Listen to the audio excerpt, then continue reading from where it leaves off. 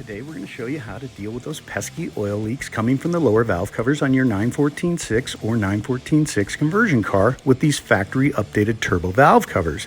The factory created the turbo valve cover to deal with the excessive heat and warping of the turbo motor.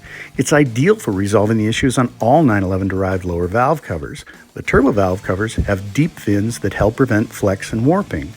The only problem is we have an issue installing them in a 914 chassis. The inner suspension ear comes extremely close to the turbo valve covers, preventing them from being removed with the engine in the car. To resolve this, you can see here we're milling the fins to the deck height of the nut.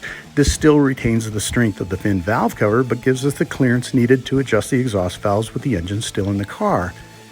If you're looking for turbo valve covers for your 914.6 or 914.6 conversion car, give us a call.